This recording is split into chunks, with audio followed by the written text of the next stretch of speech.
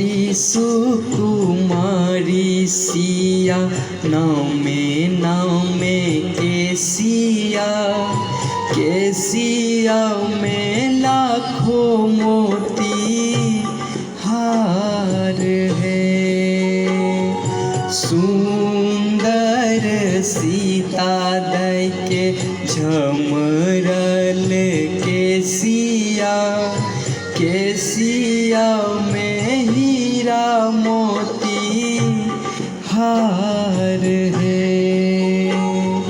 रानी सुनैना के कोरा में सिया बेटिया, बेटिया के महिमा अपार है। केसिया में लाखों मोती हार है।